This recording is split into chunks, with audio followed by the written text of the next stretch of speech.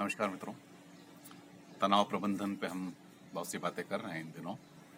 और तनाव के सबब दिन भर में कई मर्तबा आते रहते हैं, बाहर से अंदर उनका प्रवेश होता रहता है। हालांकि अपने घरों में तो हम बहुत इंतजाम किए हैं कि एक मच्छर तक कहीं खिड़की दरवाजे से अंदर ना आने पाए, लेकिन ये जो मन की चित्त की खिड़कियां हैं, इससे तनाव के बहुत से कारण पंछी बन अंदर घुस जाते हैं। और कई बार उनका समाधान बहुत सहज होता है। जिस तरह से हमारे किसी कक्ष में, कमरे में कोई परिंदा आ जाता है,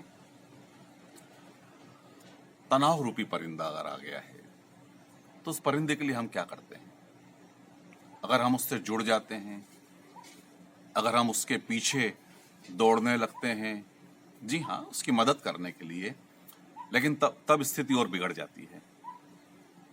अगर हम शांत बैठ जाते हैं, उसके लिए खिड़की दरवाजे खोल देते हैं, तो स्थिति बिगड़ती नहीं है। हम उसे थोड़ा सा समय देते हैं, थोड़ी सी स्वतंत्रता देते हैं। कई बार तो वो जिस खिड़की से या झरोके से आया है, वो वहीं से बाहर चले जाता है, कुछ कमरे में चक्कर काट के। लेकिन अगर हम उसे अटेंशन देते हैं, अगर हम उसके पीछे लग जाते हैं, तो स्थिति बिगड़ जाती है। बस यही हमें तनाव के साथ करना है। कोई बाहरी तनाव का पंछी हमारे अंदर अगर आ जाता है, तो उसे थोड़ा समय दें, उसे किसी रूप में अटेंशन दे के नरिशमेंट ना दे। बेहतर हो थोड़ी देर उपेक्षा से भरे रहें, और आप पाएंगे कि जीवन का बहुत कुछ तनाव तो बगैर कुछ किए ही समय के साथ विदा हो जाता है।